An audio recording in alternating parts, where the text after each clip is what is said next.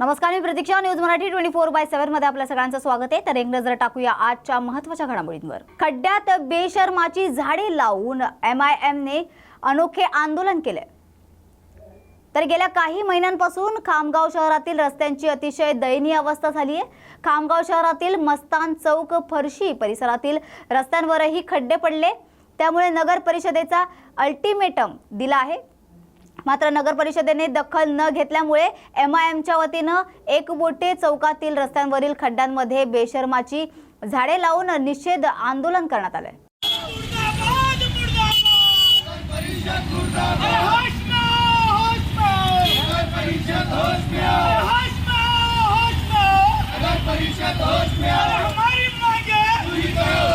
गेल्या काही दिवसापूर्वी आम्ही नगर परिषदमध्ये शिवला निवेदन दिलं होतं की बा तात्काळ हे गड्डे बुजवायचं काम करा, पण ते काम पूर्ण झालेलं नाही आहे. त्यामुळे आम्ही हे आंदोलन केलेलं आहे. आणि या आंदोलनाचं स्वरूप असं की या रोडवरती रस्ते येणारे जाणारे शाळकरी विद्यार्थी आणि या महिला या रस्त्यानं भरपूर वाहतूक आहे, तरीसुद्धा या रोडचं काम होत नाही आहे. आणि आता येणाऱ्या काही दिवसापूर्वी येणाऱ्या 10 ऑगस्टला आपल्या संत गजानन महाराज संस्थानची या गावामध्ये या संत नगरीमध्ये पालखी येणार आहे. तरीसुद्धा यांनी याचा मान ठेवून संत गजानन महाराजच्या पालखीचा मान ठेवून येणाऱ्या 10 ऑगस्टपर्यंत तरीसुद्धा या रोडचं काम पूर्ण केलेलं पाहिजे. अन्यथा या रोडचं काम झालेलं नाही ते याच्या स्वरूपपणे आणि तीव्रपणे आम्ही आंदोलन करू आणि या नगरपालिकेचा आणि नगर परिषदचा तीव्र आंदोलनाद्वारे निषेध करू. तुम्ही याच रस्त्यावर आंदोलन करू राहिले की शहरातले इतर खड्डे? नाही, शहरातल्या सर्व रस्त्यावर आम्ही आंदोलन करू. आणि आज आमचं जे आंदोलन होतं अनोखं आंदोलन होतं. आम्ही या खड्ड्यामध्ये बेशरमचे झाडं लावून आम्ही आंदोलन केलं. कारण हे जे नगर परिषद आहे हे बेशरमच आहे. कारण की आतापर्यंत त्यांना आमचं जे प्रश्न होते ते मार्गी लावलेलेच नाही आहेत. या खामगाव नगरीतले लोक त्रस्त झालेले आहेत या खड्ड्यांमुळे.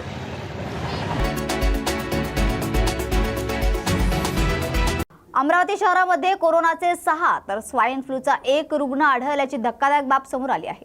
अमरावती जिल्ह्यात पुन्हा कोरोनाचे रुग्ण आढळले असल्यानं भीतीचे वातावरण पसरले असून अमरावतीत कोरोनाचे 6 पॉझिटिव्ह रुग्ण आढळले आहेत.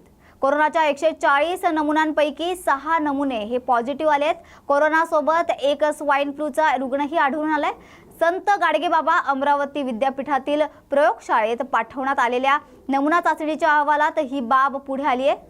जिल्ह्यात 6 रुग्ण कोरोना पॉझिटिव्ह आढळून आल्याने आरोग्य यंत्रणा सज्ज झाली असून कोरोना पॉझिटिव्ह रुग्ण सध्या होम आयसोलेशनमध्ये असल्याचं जिल्हा शल्य चिकित्सक दिलीप सौंदळे यांनी दिले आहे. सध्या अमरावती महानगरपालिका क्षेत्रामध्ये 6 कोरोनाचे पेशंट पॉझिटिव्ह सापडलेले आहेत. वैद्यकीय अधिकारी डॉक्टर काळेसाहेब महानगरपालिका हे त्याबद्दल त्यांची पुढचे जे फॉलोअप आहे त्या संदर्भाने जी तपासणी आहे ते करत आहे. सध्या डेंग्यू आणि चिकनगुन्याचे हे पेशंटसुद्धा सध्या पॉझिटिव्ह आहेत. तर त्याबद्दलसुद्धा महानगरपालिका आणि त्या क्षेत्रानुसार कारवाई चालू आहे. आपण जे आयसोलेशनचे पेशंट आहेत, आपण वॉर्ड नंबर 10मध्ये आपण आयसोलेशनचे पेशंट ठेवतो. पण सध्या स्थितीत कोरोनाचे कुठलेही पेशंट ॲडमिट नाही आहे. जे काय ते होम आयसोलेशनमध्ये आहे.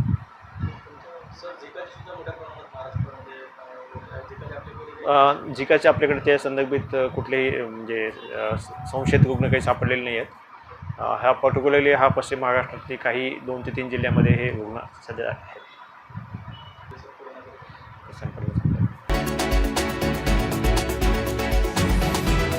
पुण्यात रस्त्यावर खड्डे असल्याने वाहन चालकांचे अतोनात हाल होताना पाहायला मिळते. तर हडपसर, मांजरी, खुर्द, कोलवडी रस्त्यावर नुकत्याच झालेल्या पावसामुळे मोठ्या प्रमाणात खड्डे पडले असून वाहन चालकांना तसेच पायी प्रवास करणाऱ्यांना कसरत करावी लागते. असं असून याचा त्रास सहन करावा लागतोय. हडपसरकडून जवळचा मार्ग म्हणून असलेल्या अष्टविनायकांपैकी एक असलेल्या थेऊर येथील श्री चिंतामणी मंदिरात दर्शनासाठी जाणाऱ्या भाविकांची मोठी गर्दी या रस्त्यावर पाहायला मिळते. या खड्ड्यांमध्ये साचलेल्या पावसाच्या पाण्याचा सामना पायी चालणाऱ्या नागरिकांना करावा लागतोय. त्यामुळे नागरिकांचे हाल देखील होत आहेत. हडपसर, मांजरी, कोलवडी, थेऊर हे एक आपलं अष्टविनायक पैकी पवित्र गणपतीचं स्थान आहे. आणि पुणे शहरातून जाण्यासाठी मांजरी कोलवडी हाच एकमेव रस्ता आहे. या रस्त्यात खड्डे का खड्ड्यात रस्ता हे कळेनाशे झालेलं आहे. तर रोजचे किमान 1-2 अपघात होत आहेत. तरी सार्वजनिक बांधकाम विभाग डोळे दाखवून का बंद आहे हे अद्यापही काय उलगडना. माजी आमदार शिरूर हवेलीचे आमदार मान्य अशोक बापू पवार, तसेच वडगाव शरीफ विधानसभाचे आमदार मान्य सुनील अण्णा टिंगरे, दोन्ही आमदारांना एक नम्र विनंती आहे किंवा आपल्या दोन्ही गावांना जोडणारा महत्वाचा आणि अष्टविनायक मधला पुणे शहर टू थिऊर हा एकमेव रस्ता असल्याने जवळचा आपण कृपया या रस्त्याकडे लक्ष द्यावे आणि जनतेच्या वारंवार होणाऱ्या समस्यांना तोडगा काढावा अशी एक विनंती करतो. धन्यवाद. मी हजारो शालेय विद्यार्थी हळवडी, शेवळवाडी, हडपसर आणि वाघोली या परिसरात जाण्यासाठी हजारो शेतकरी, कामगार, विद्यार्थी आणि जवळपास परिसरातील 20 ते 22 शाळांच्या गाड्या याच रोडवरून मांजरी कोलवडी रोडवरूनच वाहतूक करतात. काही गाड्या वाघोली परिसरातील शाळेतल्या आहेत, काही हडपसर परिसरातील आहेत, तर काही सिंहगड कॉलेजच्या मम्मलवाडी परिसरातील आहेत. साधना शाळेच्या गाड्या आहेत. अशा 25-30 गाड्या रोज या रोडने वाहतूक होती आणि हे छोटे मोठे अपघात वारंवार घडत आहेत. तरी प्रशासनाने तातडीने हा रस्ता दुरुस्त करण्याची मागणी ग्रामस्थांच्या वतीने होत आहे. वारंवार ग्रामपंचायत मांजरी खुर्द आणि कोलवडीने याबाबत पत्रव्यवहार सुद्धा केलेला आहे. तरी सार्वजनिक बांधकाम विभाग हाताची घडी, तोंडावर बोट आणि मुख घेऊन गप्प आहे. याबद्दल नागरिक संतप्त प्रतिक्रिया व्यक्त करत आहेत.